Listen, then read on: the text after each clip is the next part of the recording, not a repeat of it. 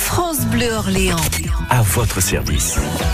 Et chaque jour, on évoque l'actualité, des sujets dans l'air du temps sur lesquels vous vous exprimez. Vous pouvez prendre la parole ce matin encore, évidemment, 02 38 53 25 25. Aujourd'hui, on évoque le sort des animaux qui sont parfois utilisés dans certaines festivités, certains spectacles animaliers, certaines fêtes foraines.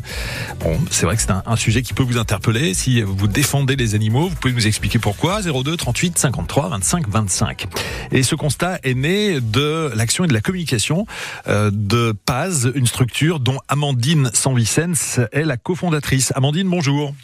Bonjour. À plusieurs reprises durant l'été, vous avez fait savoir que certaines pratiques méritaient d'être soulignées dans notamment différentes fêtes médiévales de notre région. À Châteaudun, c'était début juillet. La foire seigneuriale des Loups à Menetou-sur-Cher, c'était là aussi début juillet.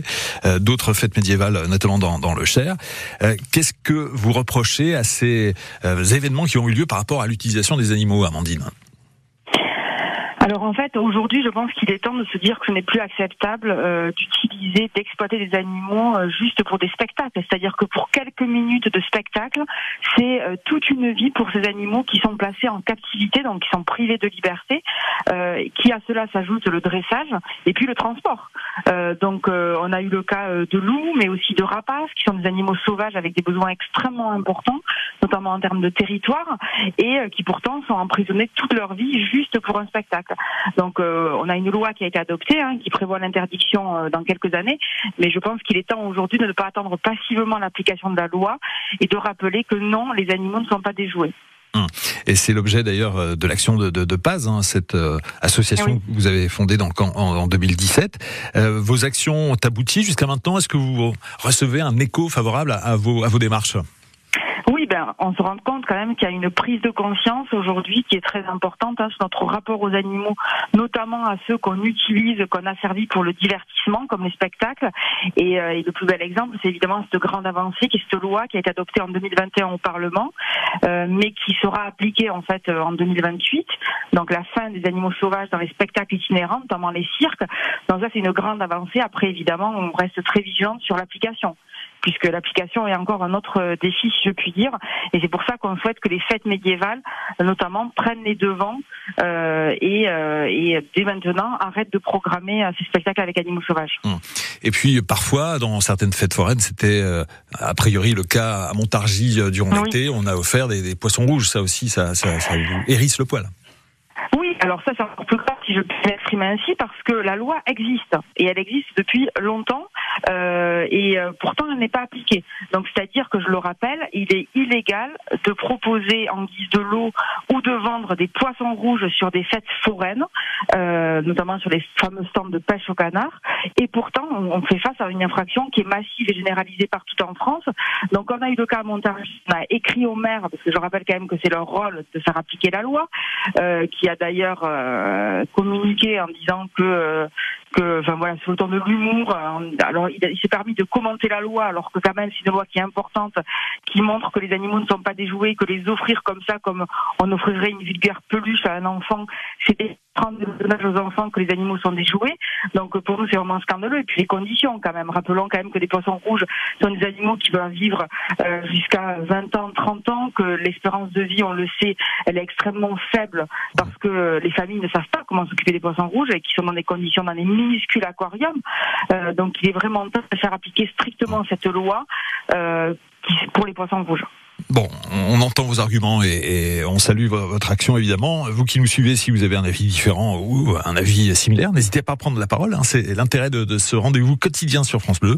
02 38 53 25 25, 02 38 53 25 25. Amandine Sanvicens de Paz. On retrouve, trace de votre action sur le site zoopolis.fr. C'est bien ça. Oui, merci. Merci Amandine, bonne journée à vous. Au revoir. Merci, bonne journée, au revoir.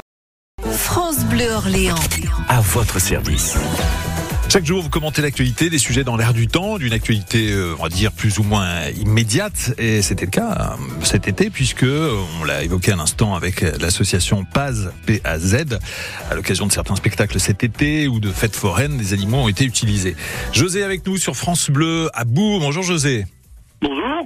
Quelle est votre opinion sur ce sujet, José ? Moi, mon opinion, c'est que c'est bien de faire des lois pour interdire les animaux partout, continue à faire des lois comme ça, on n'aura plus rien. Moi, je vois un gamin qui reçoit un poisson rouge. Il a la lumière dans les yeux. Moi, quand j'étais gamin, j'ai vu des cirques. Il y avait des animaux dedans.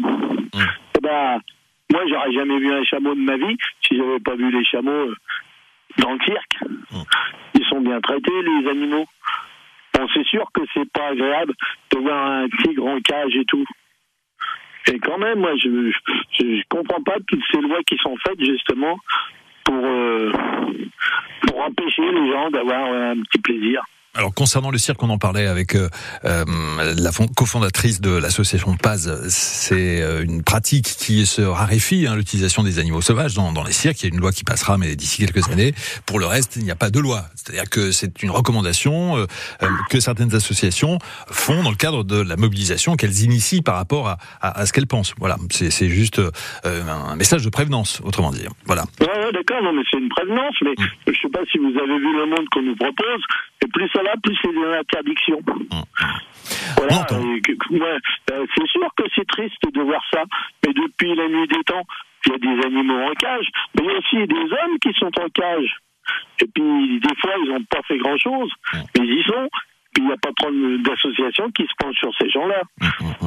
Voilà. Entendu, José. Merci d'avoir pris la parole ce matin sur France Bleu. C'est un avis intéressant à écouter. Merci beaucoup, José. Bonne journée à vous. De rien. Au revoir à tout le monde. À bientôt. Au revoir. Laurence avec nous sur France Bleu. Bonjour, Laurence. Oui, bonjour Pascal. Merci de prendre mon appel. Je vous en prie. Alors, j'ai écouté attentivement José. Et, José, en fait, il est comme beaucoup de personnes, comme moi je l'étais avant de changer mon regard en fait sur l'exploitation des animaux.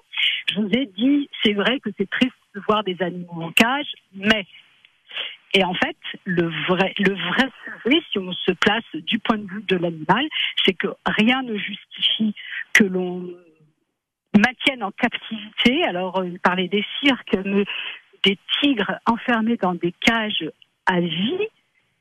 Ça ne se justifie pas. Il disait, de ma vie, je n'aurais jamais vu de chameau si je n'étais pas allé au cirque. Mais un chameau, c'est pas un animal qui tourne en rond sur une piste. Un tigre, ce n'est pas un animal qui s'assoit sur un tabouret. Enfin, je veux dire, ça ne représente pas ce qu'est le tigre.